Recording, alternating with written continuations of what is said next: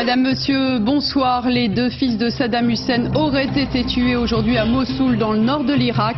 Une information de sources militaires qui, pour l'instant, n'a pas eu de confirmation officielle. Oudaï et Koussaï auraient trouvé la mort lors d'une opération de plusieurs heures menée par l'armée américaine. L'un des plus grands chantiers au monde vient de commencer dans le détroit du Pas-de-Calais. 7 mois après son naufrage, l'épave du tricolore doit être découpée puis évacuée. Une opération qui durera plusieurs mois. En déplacement en Colombie, Nicolas Sarkozy a réaffirmé que la libération d'Ingrid Betancourt reste une priorité du gouvernement. Mélanie Betancourt est notre invitée. Elle n'a pas eu de nouvelles de sa mère depuis près d'1 an. L'enquête de cette édition sera consacrée au tourisme sexuel au Sénégal, à Saly, station balnéaire au sud de Dakar. Cette pratique fait partie intégrante de l'économie locale. Dans quelques mois, tous les détenteurs de contrats d'assurance maison et automobile devront payer une prime spéciale pour les catastrophes technologiques. Une décision jugée injuste par les associations de consommateurs. Explication dans ce journal. Après la folle journée d'hier, les coureurs du Tour de France reprennent leur souffle durant cette journée de repos. Les deux favoris, Armstrong et Ulrich, se préparent déjà à un duel sans merci.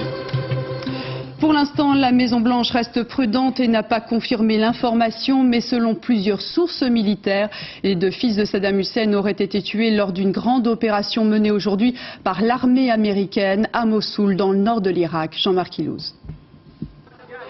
La traque s'est terminée ce soir dans cette maison bourgeoise d'un quartier nord de la ville de Mossoul et cible d'une attaque américaine massive sur la foi de renseignements faisant état de la présence ici de hauts dirigeants de l'ex-régime de Bagdad. Nous avons eu des informations sur la présence de deux individus de grand intérêt dans cette maison derrière moi. Et bien entendu, dans ces cas-là, tout est prêt pour faire rouler les procédures d'intervention. L'encerclement va durer 7 heures avec l'intervention d'hélicoptères lanceurs de roquettes et mener à l'arrestation d'un chef de tribu et de son fils soupçonnés d'avoir donné refuge à des membres du clan Saddam. Mais selon plusieurs sources, 2 des 4 corps calcinés extraits des décombres en fin de soirée pourraient bien être les 2 adjoints les plus proches du dictateur en fuite, les propres fils de Saddam Hussein, Koussaï et Oudaï. Leur identification n'est pas encore officielle. 2 cartes maîtresses donc dans le jeu de portrait de la haute hiérarchie irakienne distribuée à l'armée américaine et dont 34 sur 55 ont déjà été capturées. La Maison-Blanche ne devrait pas confirmer avant le résultat officiel des autopsies. Hervé Guéquier, bonsoir, vous êtes en direct de Bagdad. Est-ce que cette nouvelle qui, pour l'instant, on le rappelle, n'a pas été confirmée par la Maison-Blanche, a déjà suscité des réactions au sein de la population ? Eh bien, rare réaction pour l'instant, parce que soit les gens avaient été informés par la télévision, mais il n'y a pas beaucoup de personnes qui écoutent les informations en fin d'après-midi, ou autrement, c'était tout simplement une nouvelle apprise par nous-mêmes. Et d'ailleurs, je vous propose tout de suite d'écouter ces personnes qui sont partagées entre scepticisme et incrédulité. Écoutons-les. J'ai appris la nouvelle, mais c'est pas vrai. Ils sont dans la ville de Ramadi, c'est un mensonge. Si on ne voit pas les cadavres ou les visages à la télévision, ça veut dire que c'est une rumeur. Ils ont montré à la télévision une maison bombardée, mais ce n'est pas vrai. C'est une rumeur, parce que les fils de Saddam ne sont pas en Irak. Dieu seul sait où ils sont. Qu'est-ce que ça va changer en Irak si toutefois on les avait arrêtés ou tués? Ça ne changera rien.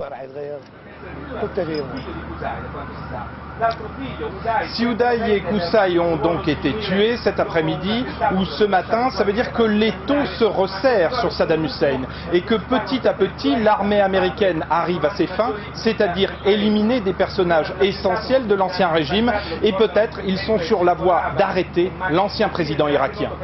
Merci Hervé. Si cette information est confirmée, ce sont 2 piliers du régime de Saddam Hussein qui disparaissent. Oudaï et Koussaï étaient certainement les 2 seules personnes en qui l'ancien dictateur pouvait encore avoir confiance. Patrick Fondio. Elle passait rarement inaperçue, la Rolls-Royce rouge. Au volant, on pouvait souvent apercevoir furtivement son propriétaire, Oudaï, le fils aîné de Saddam Hussein. Au temps de sa splendeur, c'était un joyeux fêtard qui organisait les soirées les plus courues de Bagdad pour la jet-set locale. En privé, il ne détestait pas la compagnie de jeunes femmes délurées. Les Bagdadis lui prêtaient d'innombrables conquêtes féminines. Ils en ont gardé le souvenir d'un golden boy omnipotent. Car à 39 ans, Oudaï dirigeait à la fois les Fedaïm de Saddam, mais aussi la télévision et un important quotidien. Son dictateur de père l'avait fait élire député. Il présidait, excusez du peu, le comité olympique, l'union des journalistes et la fédération de football.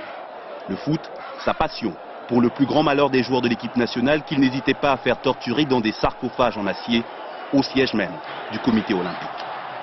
Mais des deux fils de Saddam, Oudaï n'était pas celui qui avait le plus de pouvoir.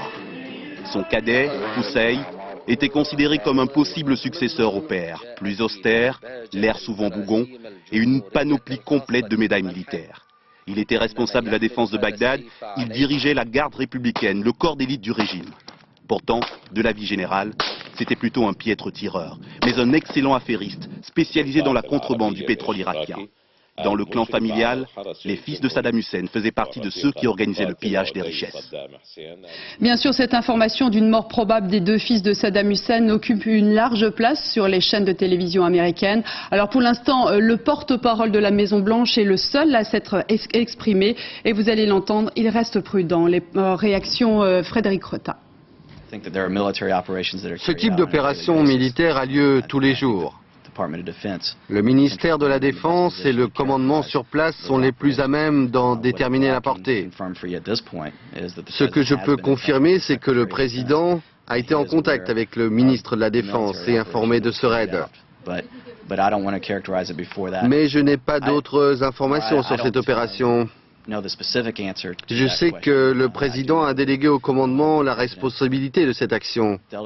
Si j'ai d'autres informations supplémentaires, je vous les donnerai en temps utile.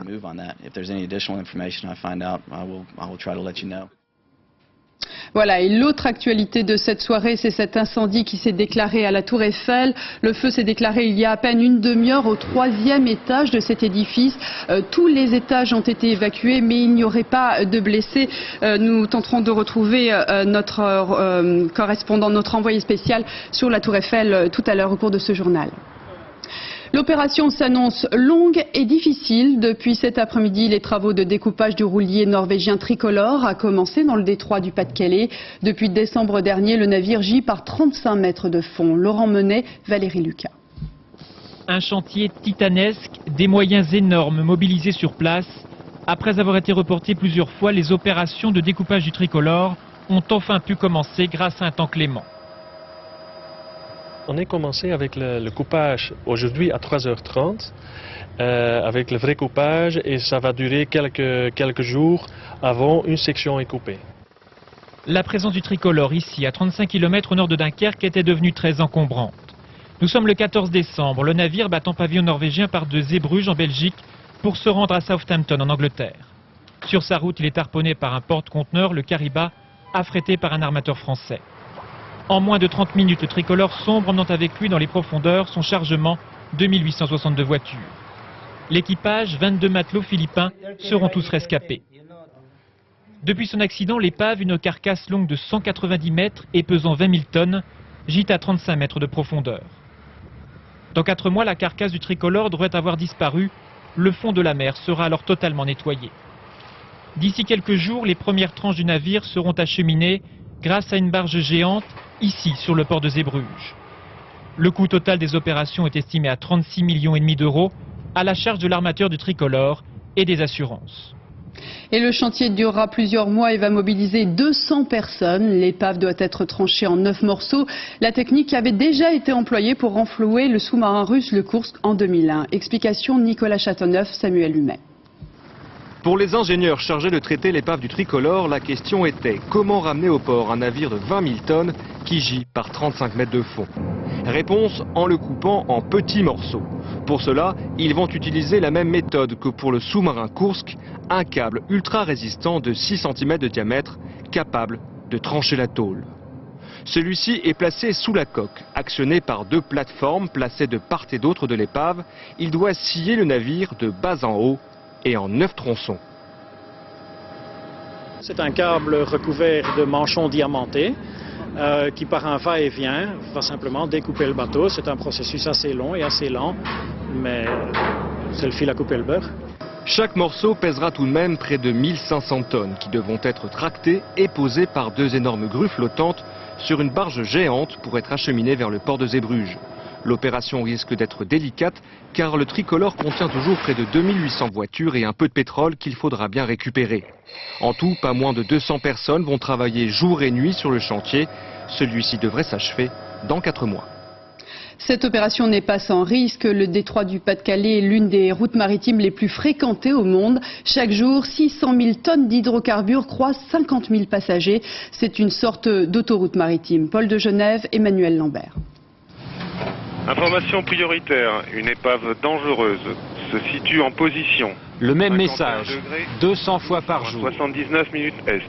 Les travaux sont en cours dans une zone de 700 mètres de rayon à partir du centre de l'épave. Depuis le mois de décembre, les aiguilleurs des mers de Cross-Grinet mettent en garde tous les navires croisant dans le détroit du Pas-de-Calais. L'épave du tricolore est un danger permanent. La preuve. En pleine nuit, ce cargo se posait littéralement sur l'épave du roulier norvégien 2 jours à peine après son naufrage. Car l'épave se trouve au beau milieu d'une véritable autoroute. 400 navires empruntent quotidiennement le rail. Mais de France, de Belgique et de Grande-Bretagne, 300 navires traversent la Manche et coupent ce rail chaque jour. 400 000 tonnes d'hydrocarbures croisent 150 000 passagers. Il est toutefois quasiment impossible d'ignorer l'épave. 6 bouées entourent le chantier et plusieurs navires patrouillent 24 heures sur 24. Les mesures que nous avons prises au niveau du balisage, au niveau des navires de surveillance, au niveau des centres à terre de surveillance, qui diffusent de l'information à tous les navires qui passent dans la zone. Avec toutes ces mesures, nous estimons que le risque de collision est très faible, mais je le répète, nous ne sommes pas à l'abri d'une défaillance humaine. Et la Manche réserve aussi ces tempêtes qui en font une des mers les plus dangereuses au monde. C'est sans doute pourquoi tous les marins de la région souhaitent voir disparaître le tricolore au plus vite. Le dossier d'Air Libre réapparaît dans l'actualité de ce mois de juillet avec le placement en garde à vue de l'ancien PDG Jean-Charles Corbet. Fin février, le parquet de Paris avait ouvert une enquête préliminaire sur la compagnie. Les policiers s'interrogent notamment sur d'éventuels abus de biens sociaux. Stéphane Despinois. Jean-Charles Corbet a toujours fui les explications sur la déconfiture d'Air Libre. Le voici aujourd'hui rattrapé par la justice. Il est en garde à vue depuis le début de l'après-midi. Les magistrats de la brigade financière de Paris enquêtent sur l'éventualité d'abus de biens sociaux dans le cadre de la gestion de l'ex-compagnie. Ils s'intéressent notamment aux flux financiers entre la maison mère d'Air Libre, Olco, et les filiales basées à l'étranger. 12 millions d'euros pour loger les avions aux Pays-Bas ou encore 5 millions d'euros au Luxembourg. Les députés ont tenté d'en savoir plus en vain. Quelle a été l'utilisation que vous avez faite de la filiale Olcolux après l'avoir dotée de 5 millions d'euros? Je vous l'écrirai. Bien, mais pourquoi est-ce que vous l'avez doté de 5 millions d'euros? Et pourquoi pas? Jean-Charles Corbet est soupçonné aussi d'enrichissement personnel. En cause, la prime qu'il s'est octroyée lorsqu'il a pris les commandes d'Air Libre, 850 000 euros en 2001. Si les magistrats retiennent le soupçon de malversation, l'ancien PDG pourrait être mis en examen à l'issue de sa garde à vue. Patrick Henry, condamné à 4 ans de prison ferme pour trafic de drogue. En octobre dernier, il avait été arrêté en Espagne en possession de hashish. Son avocat a annoncé sa décision de faire appel. Thierry Curté, Jean-Yves Blin. Le dispositif policier en impose toujours. La crainte, jamais écartée d'un geste fou contre un homme au destin hors du commun. Patrick Henry a été condamné cet après-midi à 4 ans de prison pour trafic de drogue. En octobre dernier, il est arrêté en Espagne avec 10 kilos de hashish. Il était alors en liberté conditionnelle depuis 18 mois. Cette mesure de clémence aussitôt annulée, il se retrouvait avec sa peine initiale, la prison perpétuelle. Ces 4 ans ne sont donc que de pure forme. Rien ne s'ajoute à la perpétuité. À la barre, d'une voix assurée, il a reconnu les faits sans véritablement les assumer. Il est dans l'état d'esprit que j'ai exprimé tout à l'heure. Il y a davantage de révolte et de colère que de soumission et de repentir, il n'y a aucun doute. Il a passé la moitié de sa vie en prison et il y retourne. Pour espérer une nouvelle chance, Patrick Henry doit à nouveau convaincre la justice, mais aussi un employeur de lui faire confiance. Un pari difficile. José Bové tente de retrouver sa liberté. Ses avocats ont demandé un aménagement de sa peine en recourant à un article qui permet de travailler à l'extérieur sans être soumis à la surveillance du personnel pénitentiaire. José Bové, qui est actuellement écroué à la maison d'arrêt de Villeneuve-les-Maglones, avait été condamné pour la destruction de plants transgéniques. Il n'est en principe libérable qu'en décembre prochain. Nicolas Sarkozy est arrivé aujourd'hui en Colombie pour une visite de 2 jours. Le ministre de l'Intérieur doit signer un accord de coopération pour la lutte contre le trafic de drogue. Nous y reviendrons demain. Au cours de ce déplacement, il doit rencontrer la mère d'Ingrid Betancourt. Vous le savez, Ingrid Betancourt est otage depuis février 2002 des FARC, les Forces armées révolutionnaires de Colombie. Nicolas Sarkozy a réaffirmé que sa libération restait une priorité du gouvernement. Il faut dire que début juillet, certaines informations ont laissé penser à une libération prochaine d'Ingrid Betancourt. Le Quai d'Orsay nie tout contact avec les rebelles, mais avoue avoir envoyé une équipe médicale. Avant d'en parler avec notre invitée Mélanie Betancourt, nous faisons le point sur les derniers rebondissements de ce dossier délicat. Christelle Bertrand, Thierry Breton. C'est une photo qui trône au milieu des souvenirs de famille, car c'est la dernière d'Ingrid Betancourt, entourée de sa mère et sa sœur, prise le soir de Noël 2002, 2 mois avant son enlèvement. Sa sœur, Astrid, vient de vivre un énième déception. Début juillet, un sérieux contact l'informe que les forces armées révolutionnaires veulent libérer sa sœur.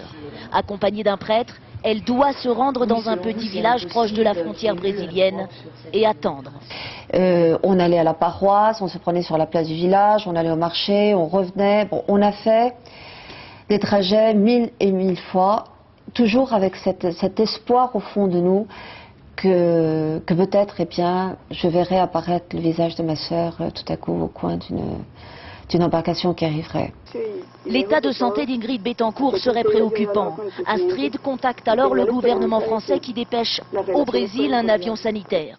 Mais la presse brésilienne rend la négociation publique et la libération échoue. Enlevée le 23 février 2002, Ingrid était candidate à la présidentielle pour les Verts. Son programme, lutter contre la corruption. Sa mère habite Bogota et vit dans l'angoisse tous les jours un peu plus grande.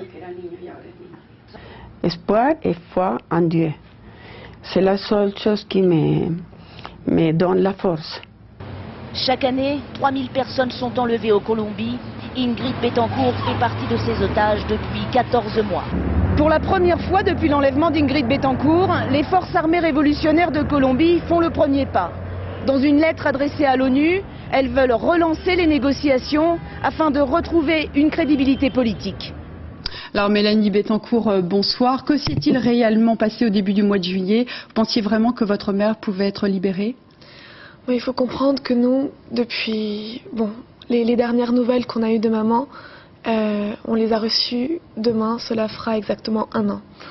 Donc on n'a vraiment aucune nouvelle de maman et pour une fois, il y avait quelque chose qui paraissait à peu près crédible. Donc bien sûr, on a tout de suite nourri de grandes espérances. Et donc voilà, on croyait que quelque chose pouvait se passer, mais aucun contact n'a été noué. Mais vous aviez eu des contacts qui vous faisaient dire que votre mère pouvait être libérée? Eh bien, il y a des gens qui se disent être envoyés des FARC et qui nous ont donc expliqué que peut-être une éventuelle preuve de survie de maman pouvait donner ou une libération, ce qu'on espérait. Mais aucun contact direct avec les FARC. Est-ce qu'à ce moment-là, le gouvernement français a pris contact avec vous? Eh bien, on est toujours en contact avec le gouvernement français, avec le ministère des Affaires étrangères. Et donc, tout de suite, dès qu'on a su que peut-être l'état de santé de maman était grave, eh bien, on compte vraiment sur l'aide du gouvernement français. C'est pour ça qu'ils ont envoyé cette équipe médicale. Alors, aujourd'hui, on l'a entendu, les rebelles font maintenant appel finalement à l'ONU pour jouer un rôle de médiation. Vous vous dites que ce n'est que dans le dialogue qu'on pourra finalement avoir une issue heureuse. Oui, définitivement. Et je pense que le fait que les FARC fassent appel à l'ONU, c'est déjà un pas en avant. Parce que les FARC n'acceptaient qu'un dialogue bilatéral avec le président Uribe. Et je pense que peut-être le fait qu'ils se dirigent vers l'ONU, qu'ils veuillent exprimer quelle est leur position, eh bien, c'est déjà quelque chose de positif. Parce que c'est vrai que vous, votre plus grande crainte, c'est que finalement le gouvernement colombien agisse par la force militairement. Oui, il faut vraiment comprendre qu'en Colombie, ce n'est pas plus de guerre, ce n'est pas plus de violence qui arrivera à mener la Colombie à la paix. Vous le disiez, ça fait 1 an que vous n'avez plus de nouvelles de votre maman. C'est vraiment, vous avez vraiment besoin d'avoir des nouvelles. C'est ça maintenant aujourd'hui. Oui, c'est ce qu'on attend. Récemment, des rumeurs nous disaient qu'on allait peut-être avoir une preuve de survie de maman, quelque chose, mais on n'a rien. Et on attend vraiment quelque chose parce que Vraiment, ça fait plus d'1 an et c'est long. Qu'est-ce qui vous fait tenir aujourd'hui? Eh bien, vous savez, quand je pense à ma mère, quand j'ai son image, je sais qu'elle tient le coup. Et donc, nous, on lui doit aussi de tenir le coup, on n'a pas le choix. Vous n'avez que 17 ans, est-ce que vous avez l'impression aujourd'hui d'avoir la vie d'une adolescente de 17 ans? Je pense que pour le moment, ce qui est important, c'est de se battre pour la libération de maman et c'est vraiment ce qui compte dans ce moment dans ma vie. C'est ce qui vous fait tenir, c'est cet espoir? Oui. Merci beaucoup Mélanie, bon courage. Merci. Jacques Chirac est actuellement en visite en Malaisie. Le président français a reçu un prix pour son opposition à la guerre en Irak. À cette occasion, il a affirmé que le monde ne devait pas être soumis, je cite, à la loi de la jungle. Et en pleine saison touristique, l'ETA a fait exploser 2 bombes aujourd'hui dans 2 hôtels des stations balnéaires d'Alicante et de Benidorm en Espagne. 12 personnes ont été blessées. Ce double attentat pourrait marquer le début d'une campagne de violence de la part de l'organisation séparatiste basque. Fanny Auvergne. La bombe vient juste d'exploser dans un hôtel en plein cœur de la station balnéaire d'Alicante. 8 touristes sont blessés, dont 2 grièvement. Mais le pire a été évité, l'hôtel venait juste d'être évacué. 1 heure plus tôt, un appel anonyme au nom de l'organisation terroriste ETA avait prévenu de l'imminence de l'attentat. Le message avertissait qu'un autre hôtel allait être visé dans une autre ville. 1 quart d'heure plus tard, 2e explosion, à quelques kilomètres de là, à Benidorm. 4 policiers qui bouclaient le quartier sont blessés. Les bombes ont explosé plus tôt que prévu pour terroriser la population, affirme le gouvernement. Les sites touristiques semblent être les nouvelles cibles des actions terroristes de l'ETA.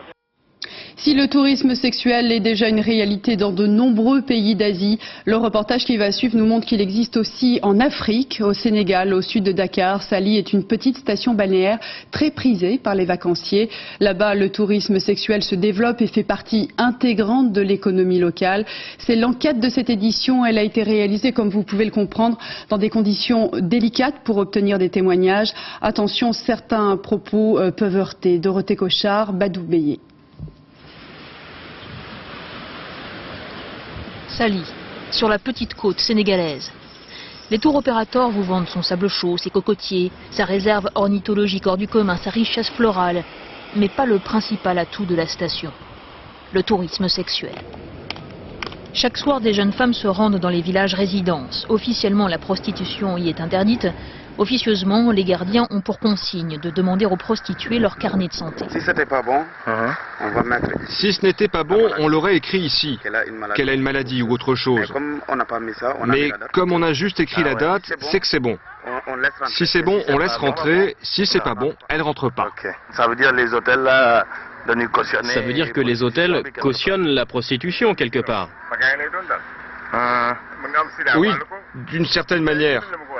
Sinon, ce serait la pagaille, elle risquerait d'avoir le sida et de le transmettre à un client. Le carnet est en règle, le gardien ferme les yeux. La prostituée peut rentrer. La boîte de nuit, c'est le premier lieu de rencontre. Elles y agissent plutôt discrètement, on les repère à des détails. Une danse un peu trop aguicheuse, ou bien plus simplement, elles laissent leur carte avec leur numéro et éventuellement leur tarif. Chaque soir, on trouve ainsi dans la rue ou au restaurant des couples nouvellement formés. L'homme a 3 fois l'âge de sa compagne, qu'importe. Il a surtout une poignée d'euros dans la main, c'est-à-dire le droit de se comporter avec elle avec les égards que d'autres auraient pour une vulgaire marchandise. Ce genre de comportement n'a rien d'une exception. C'est ce que nous explique cet homme et il s'y connaît. Il vit ici depuis 15 ans. Il tient un bar où les prostituées aguichent le client. Déjà, ils ont fabriqué la station avec à la base des putes, des milliers dans pas mal de pays. J'ai jamais vu une station touristique avec des barracudes à l'intérieur. Ici, t'enlèves le cul dans la station, demain, il y a 60% des touristes en moins.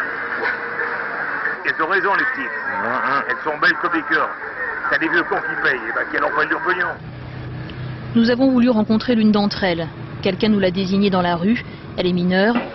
Pour être sûr que nous ne faisons pas d'erreur, en caméra cachée, nous lui proposons 25 € pour ses services. Elle accepte de nous suivre. Elle se met alors à nous confier ce que certains clients lui infligent. Il voulait que je reste une semaine, mais dès le premier jour, il a exigé qu'on couche à 3, avec la bonne. Et il voulait me prendre par derrière. Moi, j'ai dit non, faut coucher tous les deux sans moi. Et puis je lui ai présenté une autre fille pour qu'elle le fasse à ma place. Quand tu restes 3 jours... Mais qu'est-ce que tu dis à ta famille quand tu restes plusieurs jours chez ce type? Je leur dis que je travaille pour lui. Que tu faisais la bonne, quoi? Oui, que je fais à manger, je fais la cuisine, je fais le ménage, tout ça, quoi. Ils peuvent pas Et ils ne s'imaginent pas que tu y vas pour te prostituer? Non, il n'y a que ma grande sœur qui est au courant, mais elle est dégoûtée. Elle m'ignore. Elle me hait, en fait. Ainsi va le quotidien de centaines de jeunes femmes qui se prostituent à Sali. Ici, personne ne s'en plaint. Le business laisse des blessures morales, mais il rapporte. La facture des contrats d'assurance habitation et automobile va augmenter de quelques euros dans les prochains mois. Les assureurs veulent ainsi mettre en place un dispositif en cas de catastrophe technologique. Les associations de consommateurs parlent de cotisations injustes qui fait payer les victimes et non pas les industriels. Séverine Lebrun, Martin Gouès. Janvier 1966, une explosion dévaste la raffinerie de Feyzin, 17 morts, des dizaines de blessés et une facture de 40 millions d'euros. Août 97, à Blaye, un silo à grains s'embrase, 11 morts, 25 millions d'euros de dégâts. Septembre 2001, l'explosion de l'usine AZF souffle la ville de Toulouse, 30 morts, 2000 blessés, 1,5 milliard d'euros s'envolent en fumée. Des catastrophes qui ont conduit les législateurs à inaugurer un nouveau terme juridique, celui du risque technologique. Un risque naturel, tout le monde sait ce que c'est une crue, un orage, de la grêle ou de la tornade. Un risque technologique, c'est un risque qui est lié à l'utilisation de techniques, d'outils, de produits, de machines ou de matériaux. Près de 2 ans après l'explosion d'AZF, 10% des victimes n'ont toujours pas été indemnisées, car les démarches sont fastidieuses pour un particulier. Désormais, les assureurs auront 3 mois pour rembourser leurs propres clients, à eux ensuite de se retourner contre l'industriel fautif. Une mesure qui a un prix, quelques euros de plus, 3 ou 4, sur tous les contrats assurance, habitation et automobile. Un comble pour les associations de consommateurs. On inverse un peu le principe de l'assurance qui veut que l'on se couvre pour les dommages que l'on pourrait causer à autrui.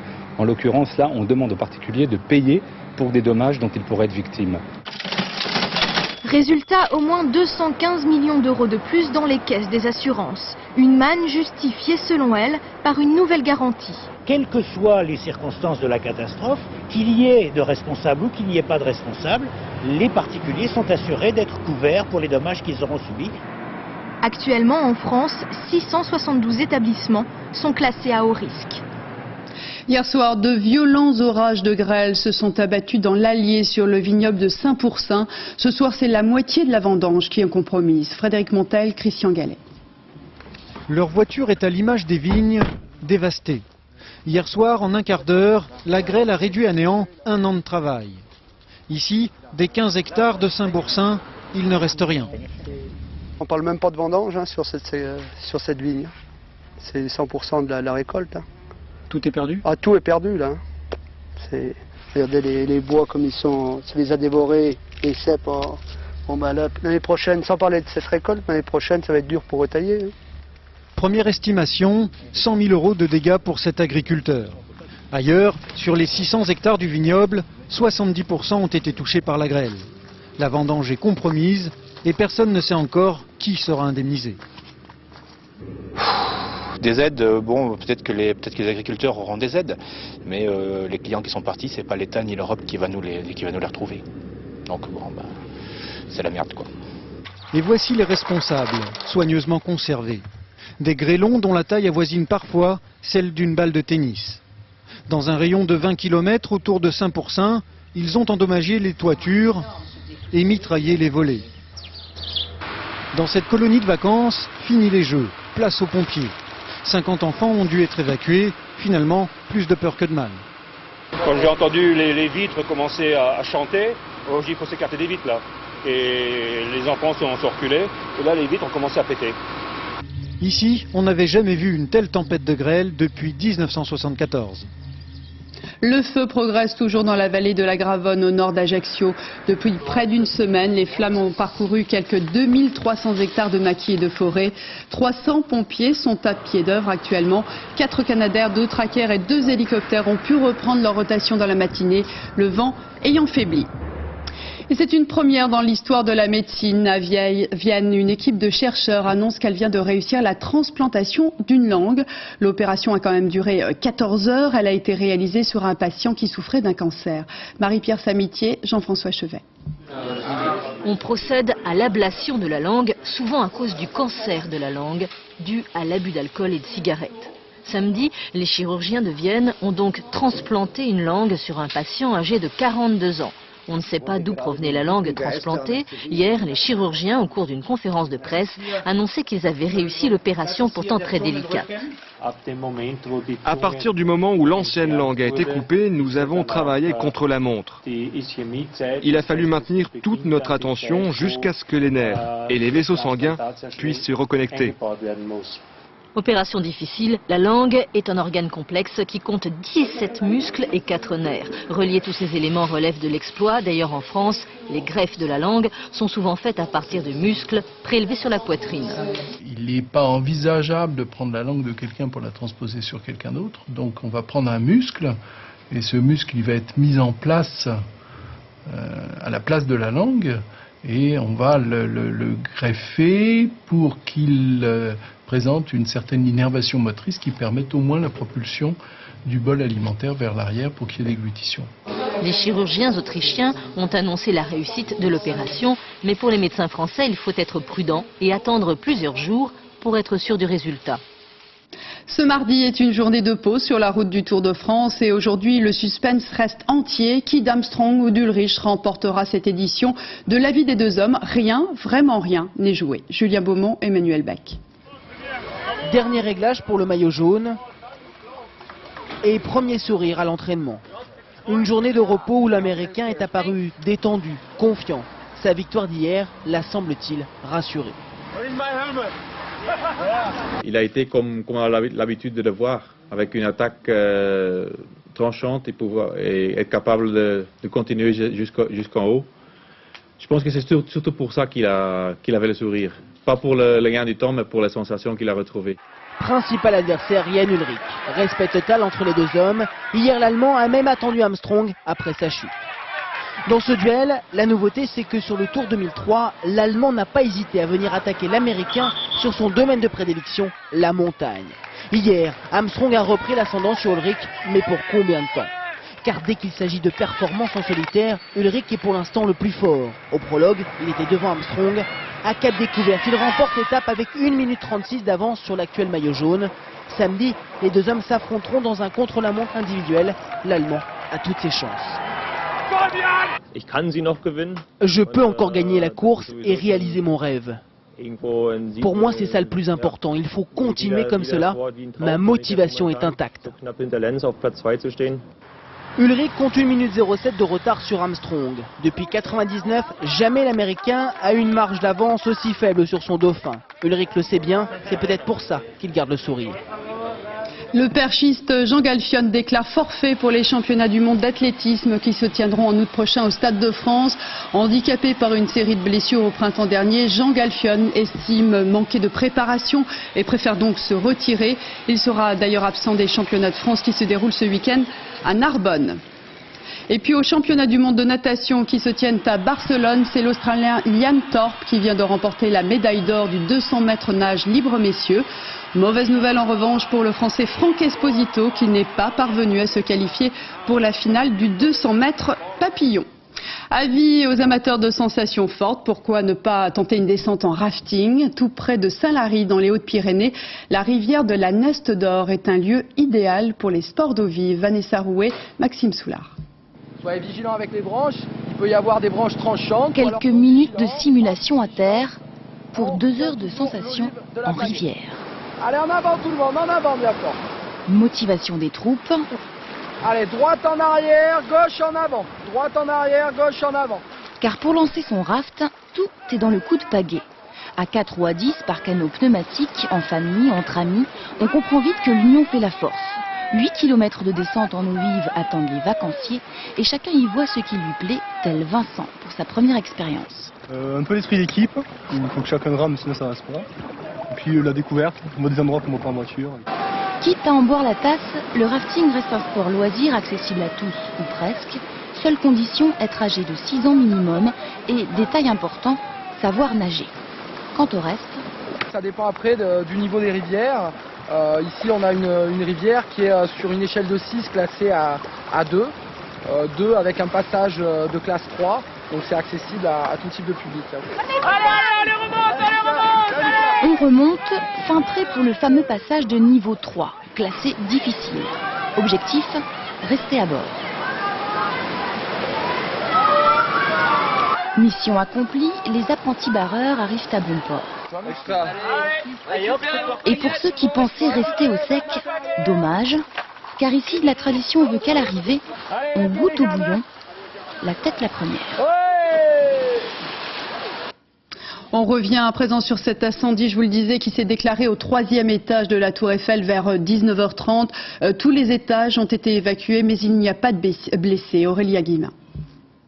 Le feu s'est déclaré au dernier étage de la Tour Eiffel. En urgence, les 500 personnes qui sont à l'intérieur sont évacuées. 12 camions de sapeurs-pompiers dépêchés sur place. Des moyens qui ont rapidement permis de venir à bout du sinistre qui n'a heureusement fait aucun blessé. Selon un responsable de la société d'exploitation de la Tour Eiffel, le départ du feu se serait produit dans un local technique et serait vraisemblablement dû à un court-circuit. Moins d'une heure après le départ du sinistre, seule une légère fumée subsiste. L'incendie est maîtrisé. Daniel Wolfram, vous êtes en direct de la Tour Eiffel. Quelle est la situation là sur place ?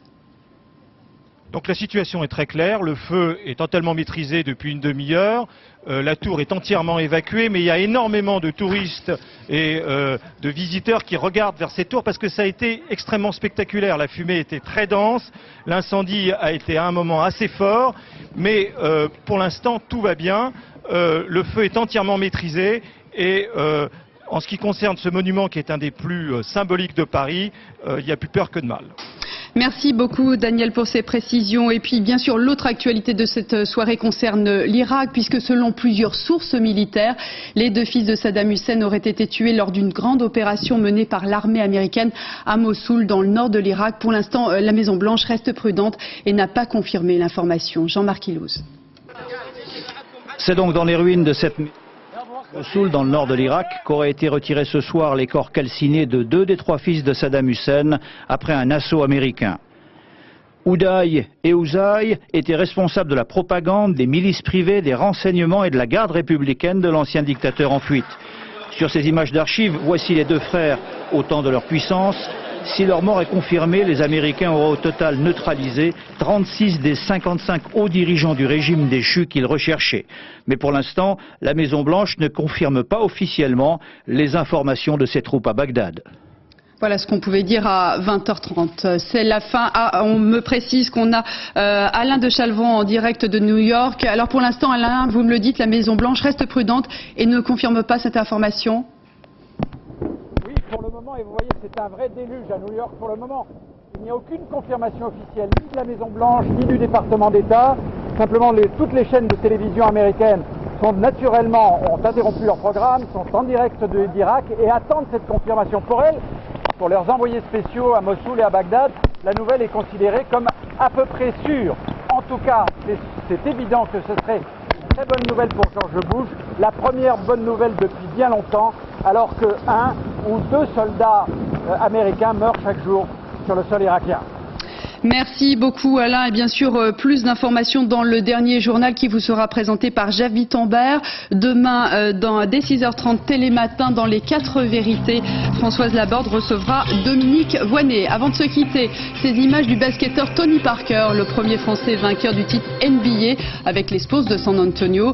Le jeune basketteur en visite à Paris s'est rendu sur l'esplanade de la Défense où il a rencontré des centaines de jeunes passionnés de basket qui ont pu se mesurer à lui. Les meilleurs d'entre eux auront la chance de partir en camp d'entraînement avec comme parrain bien sûr Tony Parker. À demain, très bonne soirée sur France 2.